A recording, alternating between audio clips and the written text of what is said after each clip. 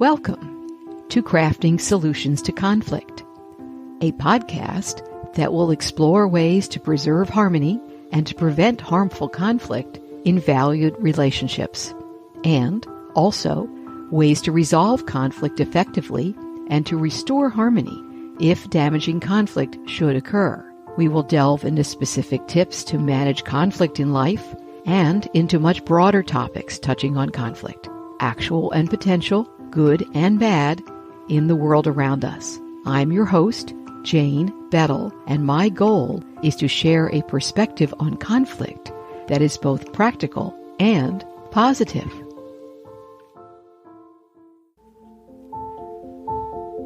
My guest today is Susan Schoenfeld to take a hard look at the soft, that is, human, issues.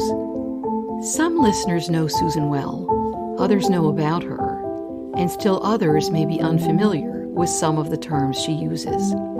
If one is new to you, please take a look in the notes to today's episode, where I have spelled out a couple of them. Hello, Susan. Thank you so much for joining me today on the show. Thank you, Jane. I'm delighted to be here. I'm looking forward to this conversation because you have a combination of perspectives based on your past experiences and education. Tell us a little bit about what those have involved and how you have come to where you are today professionally. My pleasure. Thank you for asking. So I am a former practicing trust and estates lawyer and CPA, and also have an MBA. So I'm no stranger to the world of conflict, especially within families, whether it's conflict between the generations or between siblings or cousins in the same generation. After leaving trust and estates law, I ran the trust administration department for 14 years at a white shoe, ultra high net worth trust company. And then I was family ambassador for a $600 million single family office. And then more than 6 years ago, I left the corporate world to launch my consulting firm, Wealth Legacy Advisors, which is based in New York City and serves as a thought partner to families of wealth and a public speaker to the financial services industry who serves them or wants to, on the human issues that keep families of wealth up at night: legacy, governance, stewardship, succession, philanthropy, and managing fiduciary risk. Whether it's facilitating family meetings to talk about how the wealth impacts the family or family business, or how to raise children in an atmosphere of wealth, or even how to dip your toe in philanthropy without becoming a magnet for grant seekers. My passion is helping families and their provider organizations with the tools to take them to their full potential. Thank you. Well, let me ask you, given you had so much great experience in more institutional settings, why did you decide that you wanted to go out on your own?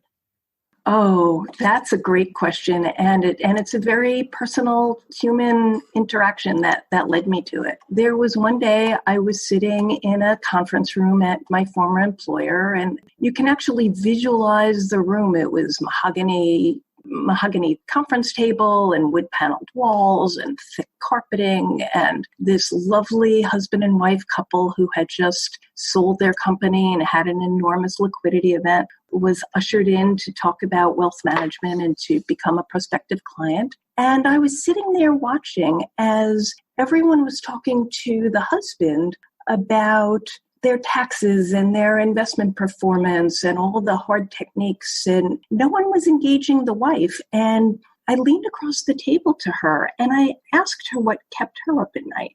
What she said to me really changed my perception of how families of wealth really want to be served. What she said to me was, all of those things that they're talking to my husband about are things I'm interested in too, because while my husband was building his widget company, who do you think was the one paying the bills and managing the household and managing the investments and the taxes and all of those things? I was doing all of that. But what really keeps me up at night are my two teenage sons. She said, we live in a small town and everybody knows that we just hit it big. And my two teenage sons are suddenly the most popular kids in school. Oh boy. And they could use some guidance on how to handle this newfound popularity. And she said, I'm new to this wealth too. I could use some guidance on how to help them deal with these issues.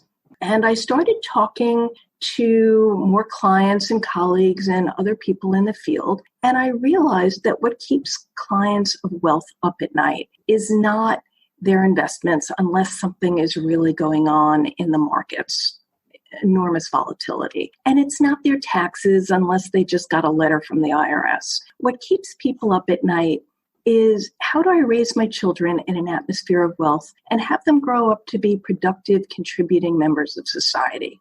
How do I do that in a way that is intelligent and thoughtful and considered and really serves what my family's values are? And that influenced my life's work. And that really influenced me to leave the trust company, to join that single family office, and ultimately to launch Wealth Legacy Advisors. Very interesting and so human, as you say. I think some folks who were not involved in that world professionally or personally can have a vision that if you have buckets of money, you have nothing to worry about. How could you worry about anything? But it sounds to me as if you're focusing on the human worries and the human interactions that any family can face. It's very true, Jane. It's been said that wealth is a multiplier. The bigger your balance sheet, it doesn't mean that you have smaller problems. It just means that the family dynamics issues are amplified because everyone is scrambling for a piece of that pie. Very often the work that I do is described by the wealth managers of the world as the soft issues. And I think that's a derogatory term and really minimizes just how important these issues are and actually how hard these issues are. And so I don't call them the soft issues. I call them the human issues. And that's a very considered way that I like to view that. I have to wonder sometimes, I've heard that, and I wonder sometimes whether the folks who will use that terminology, if you will, are the ones who are the least likely to want to be involved in that.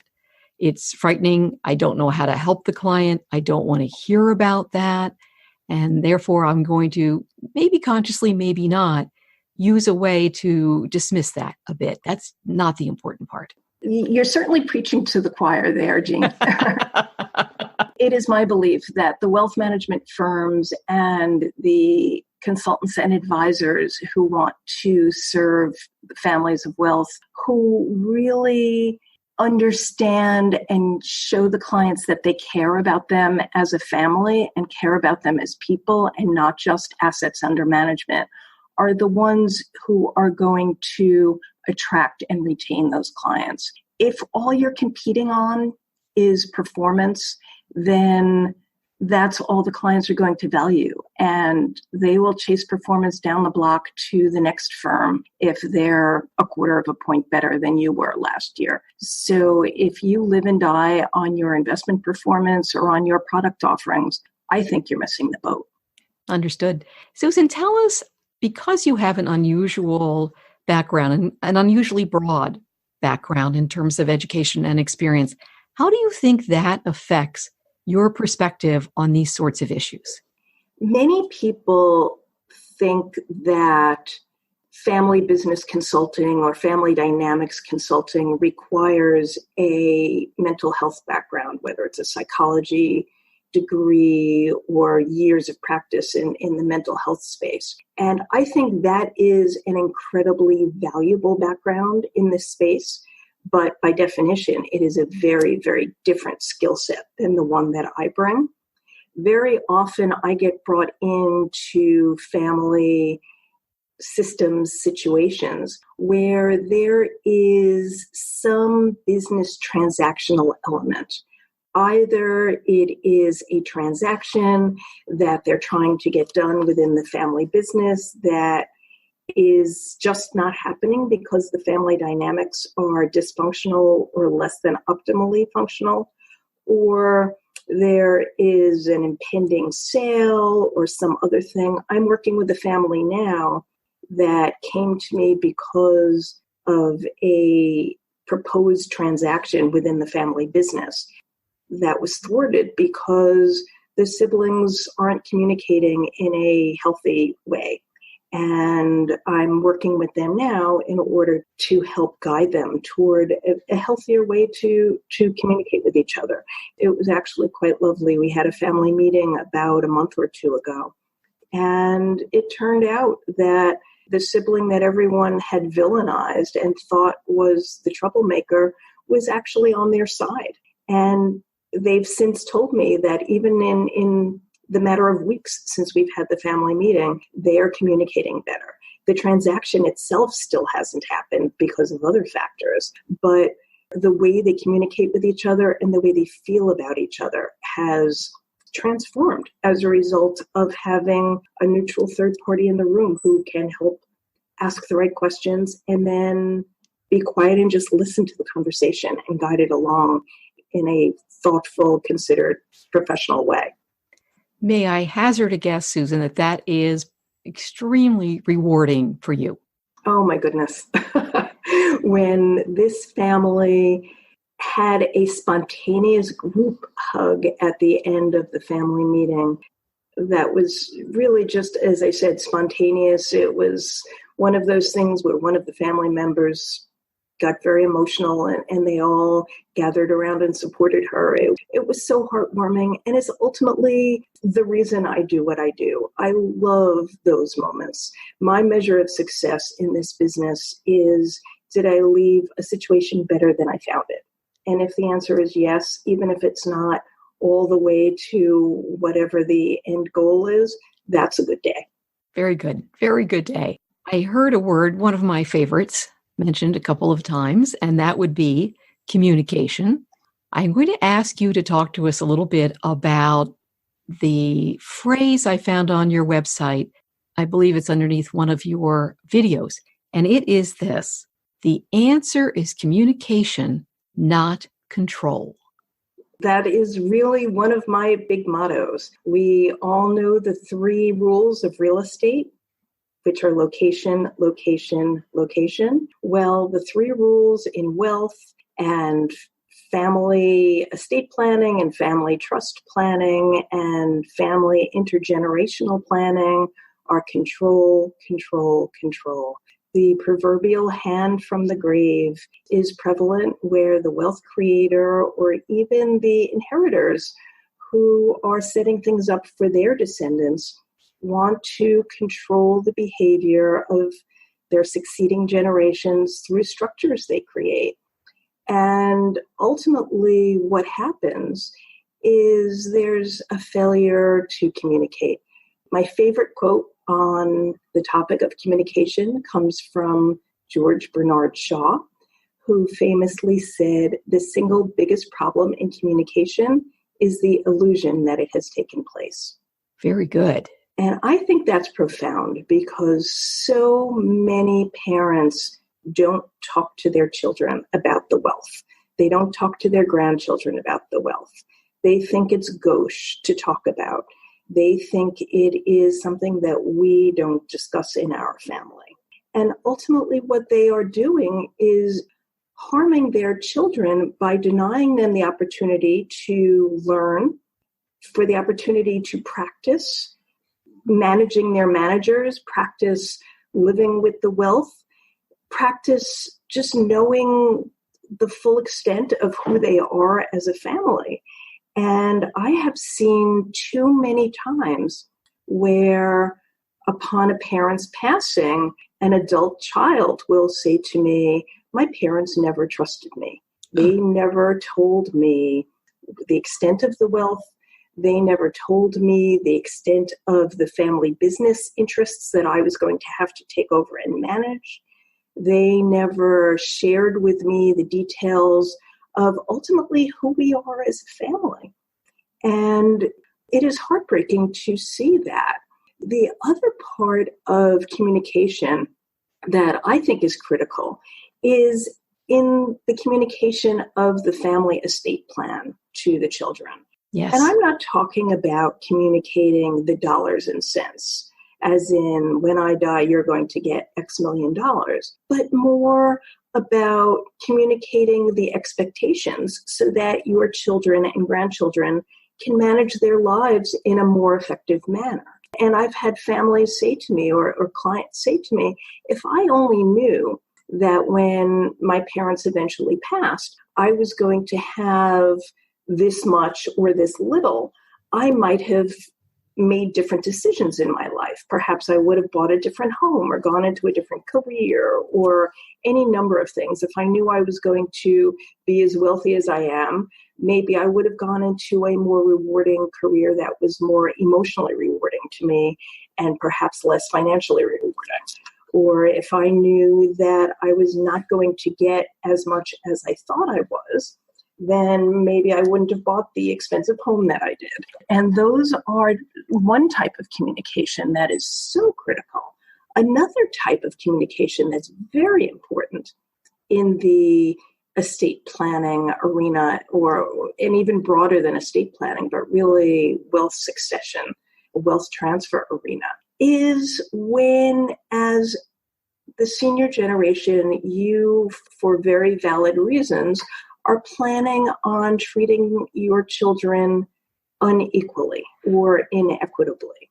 So one reason might be a family where one child is a volunteer for charity and builds homes with Habitat for Humanity, and their other child is a hedge fund manager and lives in Greenwich, Connecticut, and has enormous wealth. Well, that child certainly doesn't need their parents' wealth, and in fact is probably seeking out creditor protection type things, and the last thing they want is to get more wealth. But what ends up happening is mom and dad say, well, your other sibling needs the money more than you do, and not actually communicating that with their children.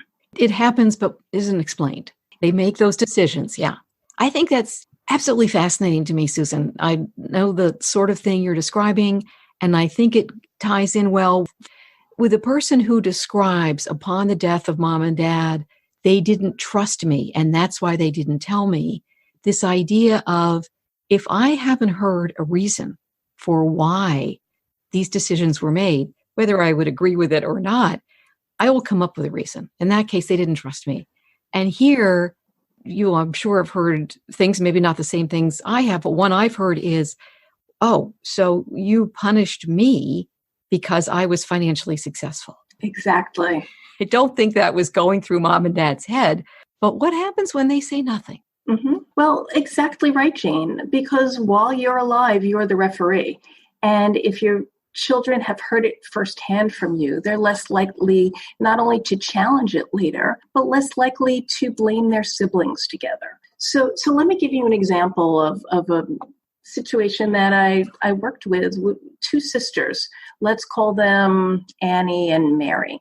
And when the parents were deciding on their wills, the two sisters were in very different situations. Annie was a successful businesswoman, had married a man who was even more successful, and financially she was all set. Her sister, on the other hand, was in a different situation. Because of lifelong illnesses, she never had a career and really was not financially well off. And when the parents died, both sisters were shocked to find out that the parents had left every penny to marry the one who had lifelong illnesses. And just like you said, Jane, when you look at it from the outside, you would assume that the parents did that for the simple reason that she needed the money. But the wealthier sister felt like her parents didn't love her, and she felt devalued, she felt depressed, she felt unloved. And it wasn't that she needed the money, but rather it was the symbolism behind the money that kept eating at her. And as so often happens, the money symbolized love and approval and support and caring, and she had been completely cut out. And ultimately, it caused an awful rift between the sisters. They never spoke again, and ultimately, a truly tragic situation got even worse because this sister who had inherited the money from her parents, who had lifelong illnesses, died about a year later. Oh. And she left everything to a distant cousin instead of to her sister. Oh, my goodness. So now this one sister who had been cut out of her parents' will saw all of her parents' wealth and all that that symbolized going to a distant cousin. So not only had she lost her sister, she had to live with knowing that their rift was now never undone. And ultimately, the message that I take away from this, and I counsel people all the time, is that bequests are messages from those no longer here. So make sure you convey the message that you intend. Yes. If only their parents had explained what they meant, this tragedy might have been avoided. Absolutely. And certainly these parents did not want the result that came about of these two not speaking to each other for the rest of their lives together, which was not that long, but how very sad. It was a truly sad story and a cautionary tale. Yes. I'm interested in this idea of communication and control and turning it on its head or mirrored or backwards or one of those many things, which is, I think sometimes parents have the perspective of, if I tell my adult children, and sometimes they're quite well into adulthood, anything about the plans we are making, that somehow allows them to decide. That's not the sort of communication and control that you were talking about at first, but I think this idea of informing them is not the same as giving them the power to make a decision for you. That is very true. I am always a proponent of communication. I think that particularly in the wealth space, there isn't nearly enough of it. And it doesn't necessarily mean completely opening the kimono. It doesn't mean bearing your balance sheet in an inappropriate fashion to your family members, your descendants. And it certainly doesn't mean handing over the keys and giving them the right to make decisions for you if that's not what you're willing to do and it's not where you are in your development as a family or a family office. But what it does mean is not leaving them in the dark, not leaving them without the tools to run their own lives, to do their own family financial planning, to understand what the expectations are. I think it's very foolish not to provide them with those tools. And takes away their agency in a sense, because they just don't know. They don't know what they should be planning for because they don't know what the circumstances are likely to be. Exactly.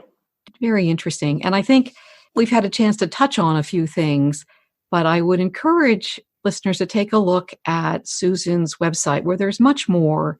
And she goes into some depth about some of these ideas and others that we haven't had a chance to touch on. But I would like to just come back to this idea of communication. What would you say is the best way for a family to get started before there is trouble?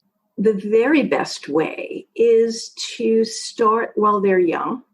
So while your children are young. So there is no one magic age to suddenly say, okay, we're going to sit down and have the money talk. That conversation doesn't work. First of all, it's very scary to sit down and have a big money talk with the family. In fact, I often say that families would rather have the sex talk with their kids than the money talk. It is a very scary thing to do. But if you find age-appropriate ways to talk to your kids, sometimes when they're sitting in the back of the car for carpool, or you're online at the supermarket and you find an opportunity to talk about why you chose this brand and not that brand, or if you have a family office, you can bring them to the family office and create an educational opportunity, or you can, depending on their age, you can bring them along when you meet with your wealth manager. Sometimes I see families create philanthropic vehicles as a means to educate the next generation without bearing the family's balance sheet to their children. There are many, many ways to start the conversation, but the key is to start and not to think of it as a one and done, because as in so many aspects of parenting, there is no such thing as one and done. It is an ongoing process. And the sooner you start, the sooner you start. So my 3 keys are: start while you're young, model your behavior, because whether you realize it or not, your children are watching what you do as much or more than they're listening to what you say.